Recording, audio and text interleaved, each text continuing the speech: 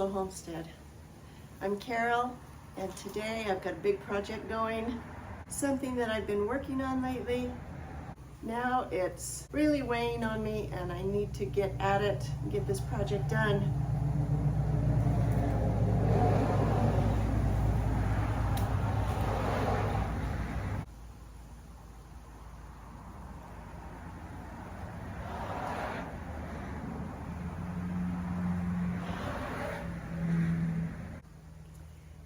In the last video, I showed you the place where I need to have a gate. Right there.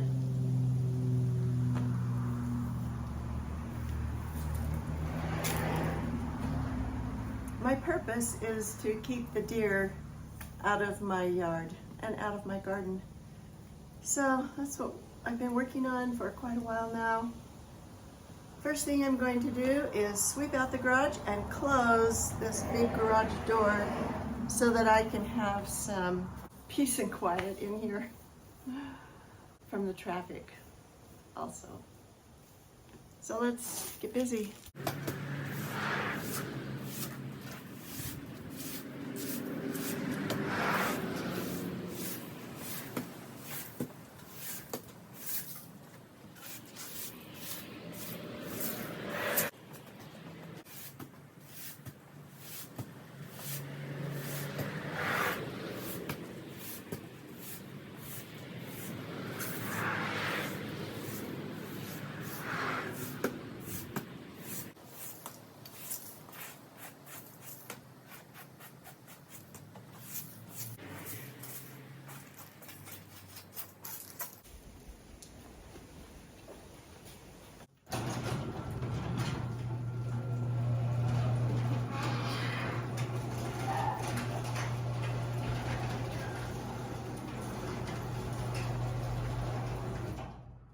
I have a burned out light bulb.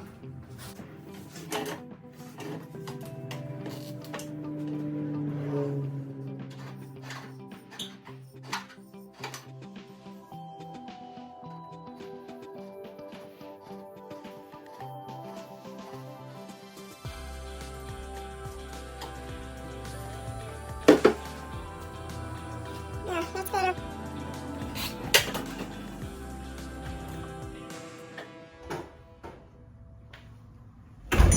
So like I said, I've been working on this project for a while. This is a gate, a wooden gate for a picket fence. I got the idea on YouTube, of course, from a channel called Andrew Throng Improvements.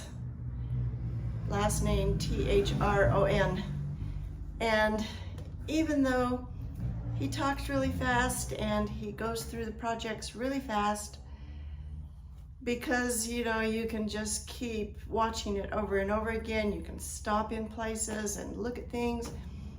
So I got the idea from one of his videos and I liked it, and so I thought that's what I will try for my gate.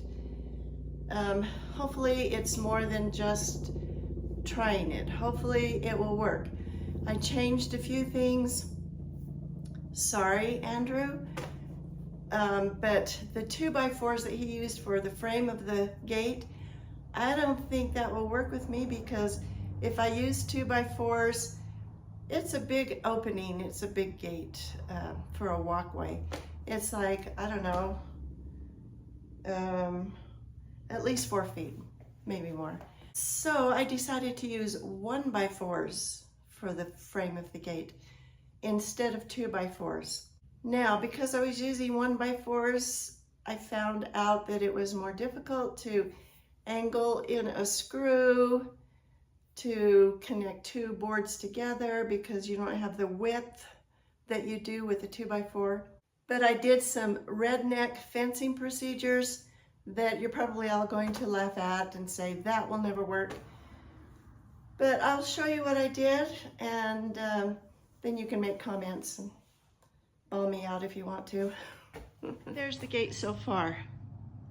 Now, because it's wider than the one that he built, after I put the brace the crosswise brace in, which goes from there to there. The hinges will be on this side. And that's what I learned.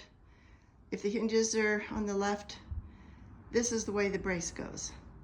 So the other braces are this way, corner to that board and corner to that board, first brace. It didn't cross exactly in the middle because of the way that I sawed the corners right there. But that's the way it is.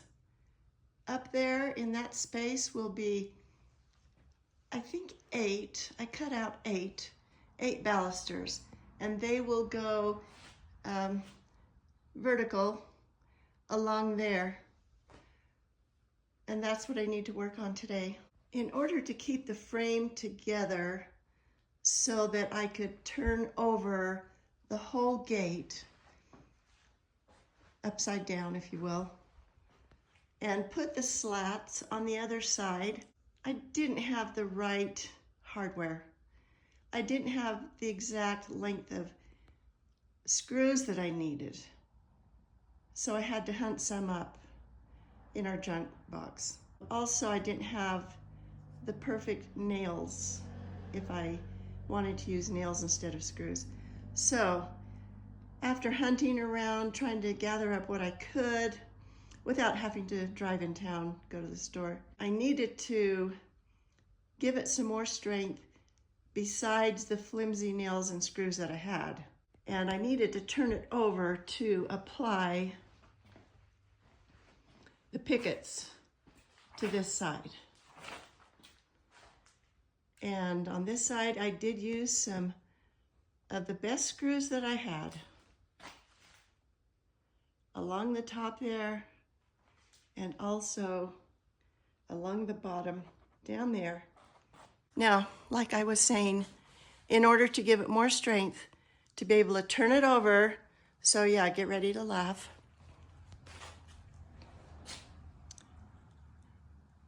Yeah, I use staples. Also over here. Also down here. Yeah, you guys are probably rolling your eyes. Go ahead. You can laugh at me, but guess what?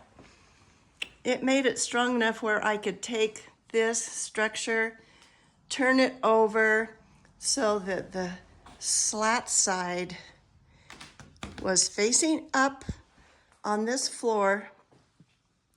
And then I was able to get the stronger nails and screws that I had, and from the other side, from the slat side, I was able to secure the slats to the frame and get this far. Now, in the meantime, I will show you what I've done. Here we are in the house. I bought some braces that I'm going to put where those staples are. There's 4 of them here. I should have bought 8, or at least 6. Anyway, I'm going to use those. And I bought a whole new set of bits, drill bits. There we go. I have all those sizes, which is what I needed. And I needed new ones. I was wearing out my other bits. I also bought some screws that are 1-inch screws. I really wanted 1 1/4, but I don't know if they make them. I sure couldn't find any anywhere, and none of the workers in the store could find them for me either. But I think this will work. And then I also bought some nails, and they're 1 inch. So I've got screws, I've got nails, I've got new bits. I have the braces for the ballisters. There's 4 in each package, so I have 16 that I can use, 2 on each of those 8 ballisters. And then I also got some heavy-duty hinges, and I'm going to use 3 of them. So let me show you something funny. I thought, oh, $8.99, that's really great. They must be having a sale. So when I got up there, and it was so much more than what I thought. There's a 2 in front of the 8, and they rang up as $28.99. Oh, shoot. So anyway, good heavy-duty hinges for the gate. One thing I learned is that before you start a project like this or any other project, try to gather up all the materials that you're going to need before you start. It could save you some time and effort. Probably. Maybe not, but probably.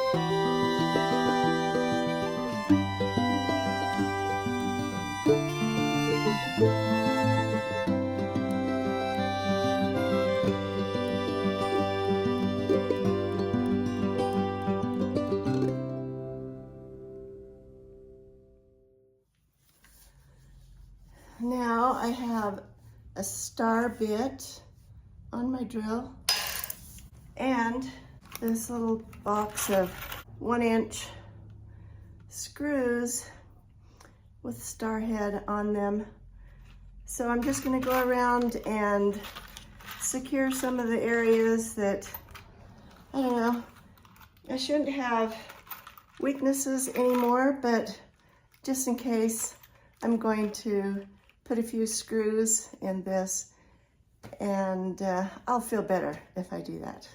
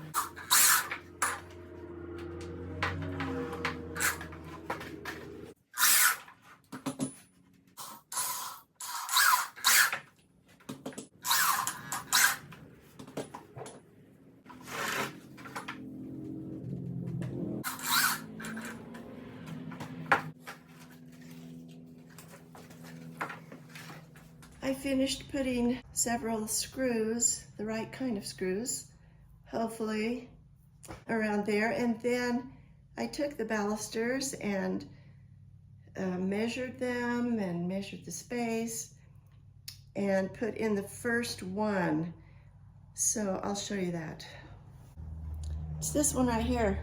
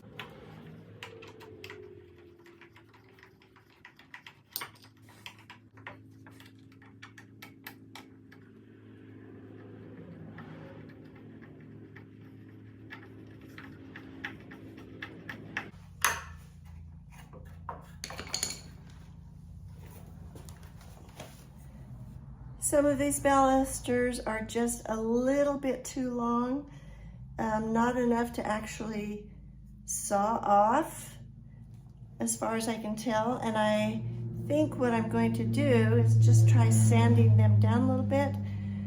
So that's what I'm gonna do so I can get the rest of these balusters fitted in to where they belong. I've got some different grades of sandpaper here. We'll see which one works the best. See what I can do with these. Yeah, I think I know the problem with this one right now. So let's do a little sanding.